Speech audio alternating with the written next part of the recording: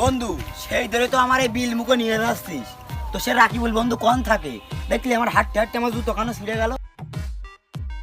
সে 4 kilometre ধরে হাঁটাচ্ছিস, এখনো তো সে বন্ধুর খবর পেলাম না। আর কত হাঁটাবি তোরা? আমার মনে হচ্ছে দু পাটলি পাটা সব ভেঙে দেবে।